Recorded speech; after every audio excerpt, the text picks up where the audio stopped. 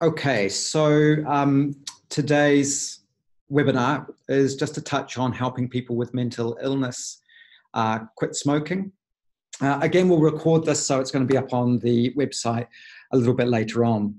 Now, I'm sure many of you, like I, see, I think, an increasing number of people with mental illness who want support in quitting smoking, especially given the cost of cigarettes now. So for many, they have low income and cigarettes are extremely expensive and take up a lot of their budget. But I also just wanted to refresh your memory that people with mental illness lose more years of life than those without. And I've just taken this quote here from an article in the New Zealand Medical Journal some time ago now that made the comment that this population with mental health conditions or addiction, their health is poorer than the general population and die up to 25 years earlier. So we're really talking about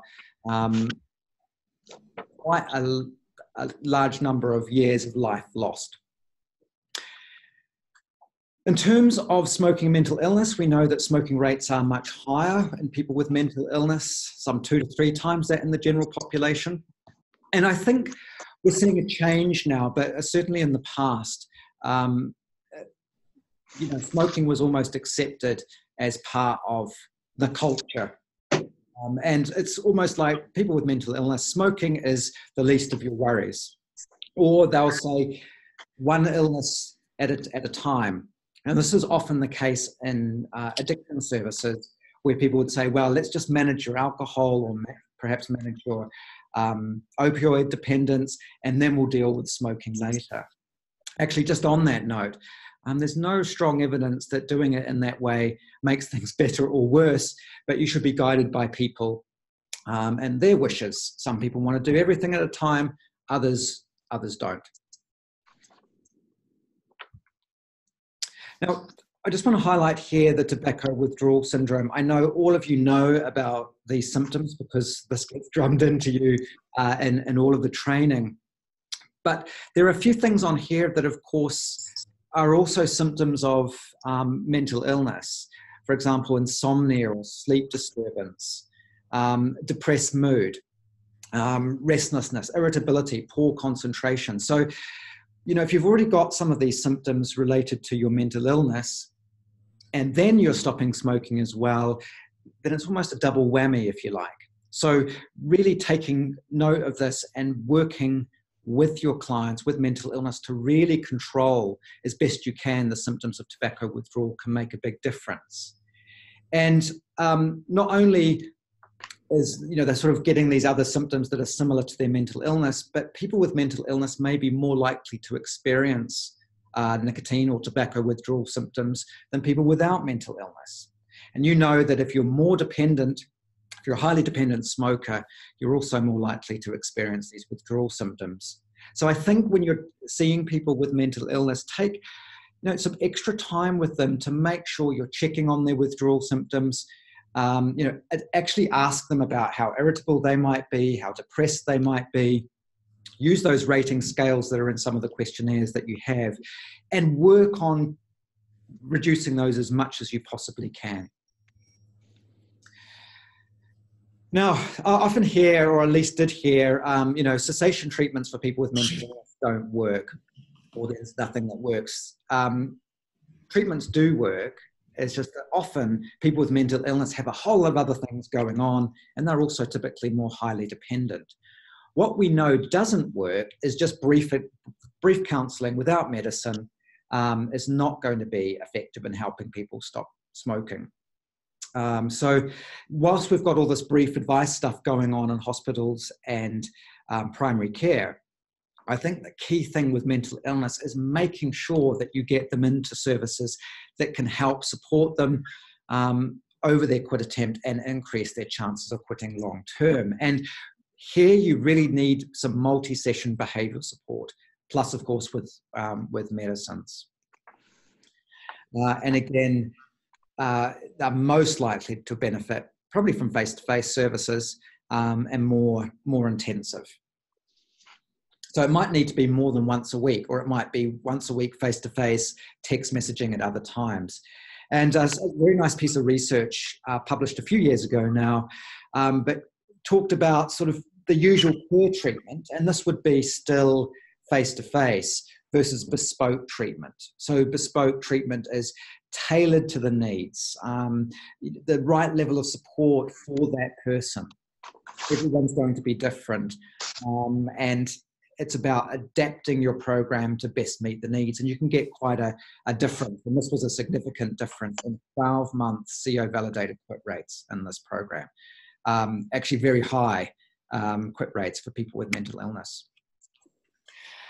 Now, practical quit strategies. I think, and this is from a paper published last year, concrete advice is probably better than abstract ideas. Now, what do I mean by concrete advice? Well, it's really about deciding with your client about exactly what they're going to do and how. Abstract ideas like, I want you to weigh up the pros and cons of smoking, or another abstract idea is, think of the money you'll save.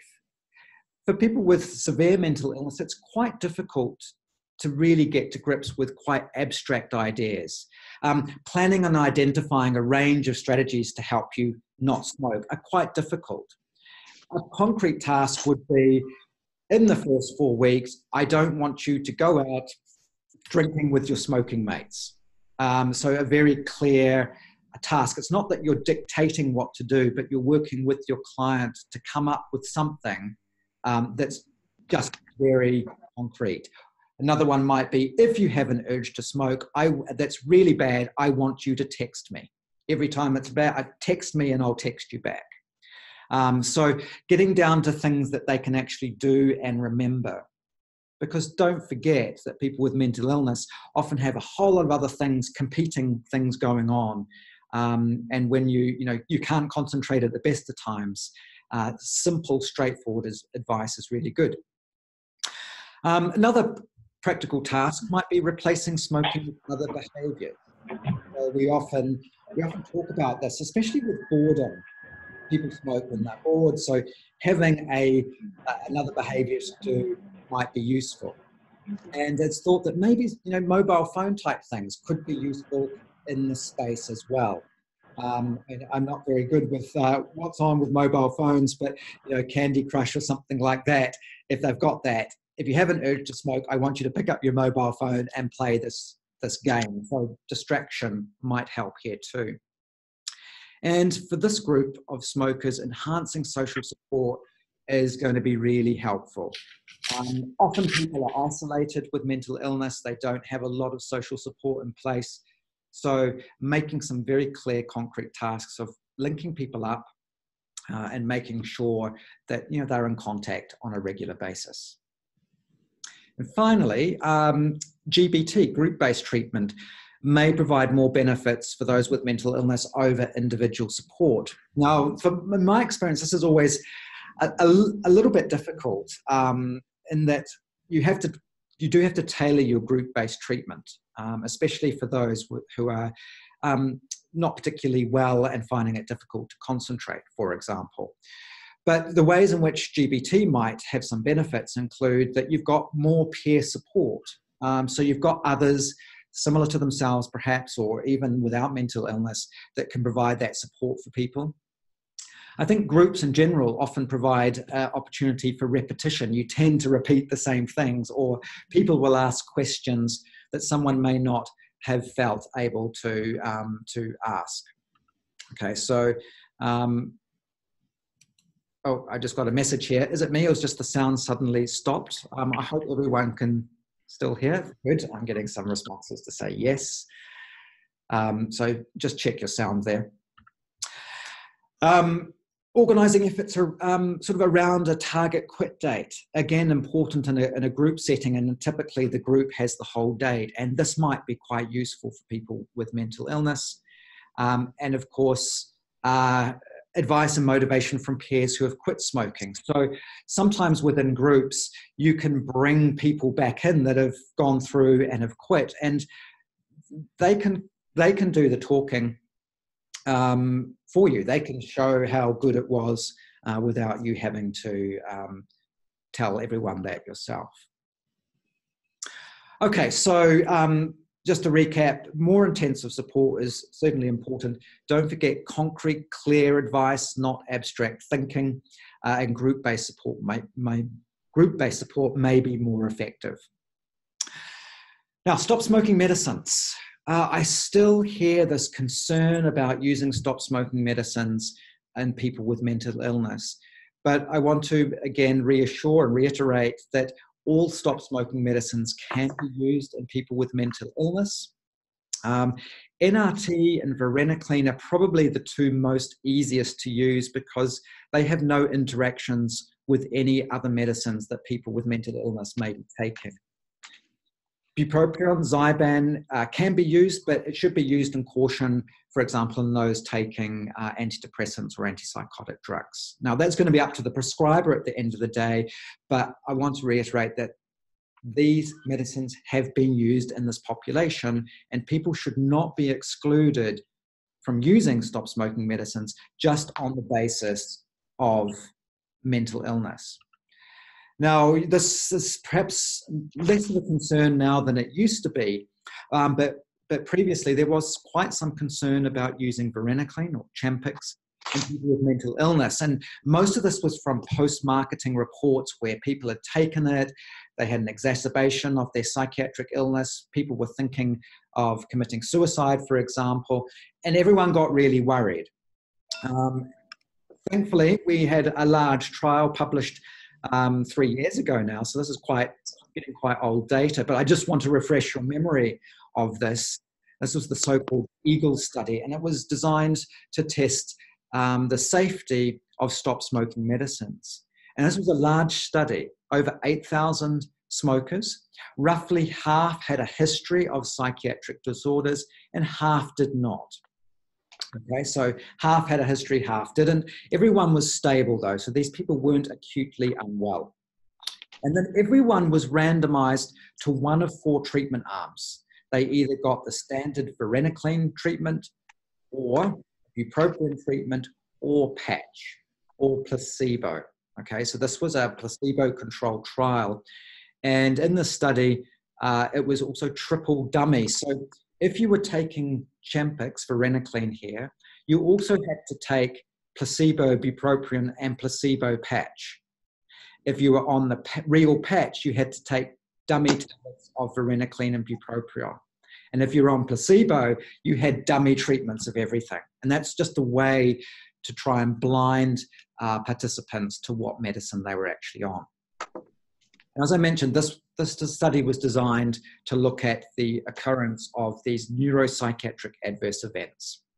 And what they found in this study was that there was no significant difference across the 4 treatment groups. Now that means, of course, that this study didn't show any indication that either Champix or Zyban or patch caused these events.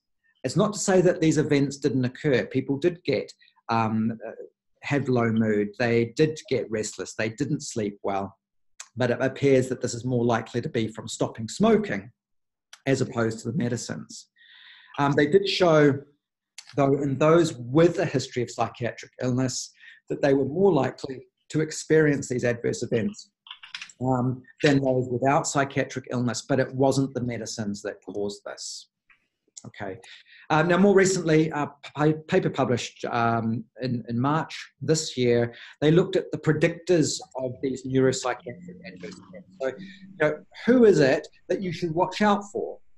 And across the whole sample, so across everyone, regardless of whether they had a history of psychiatric illness or not, if you've got people that are currently experiencing symptoms of anxiety, they are the people that you need just to take a little bit more care of. If anyone's had a history of suicidal ideation, they're the ones just to keep an eye on. And in the study also, being white.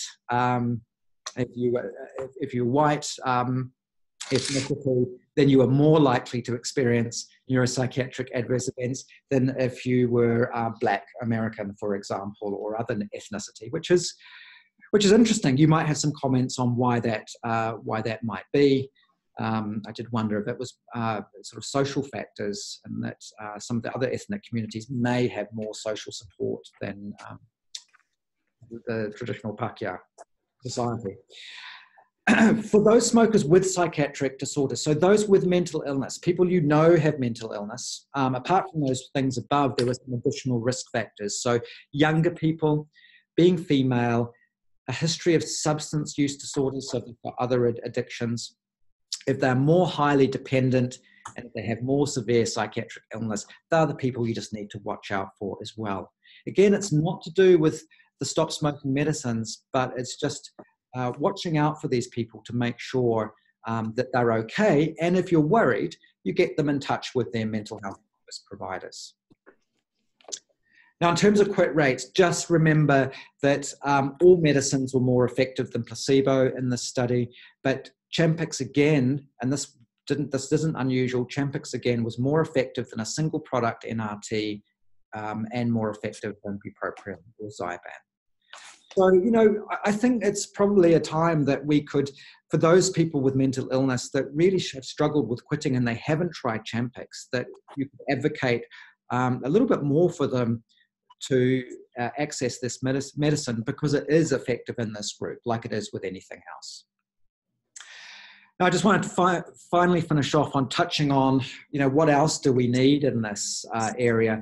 You know, these are the two main arms of, or legs of, tobacco control, preventing people from starting to smoke, and we definitely need to do that within the mental health sector, and helping them to stop. But as you all know, we've had some discussion, and I think we're getting more discussion now on harm reduction.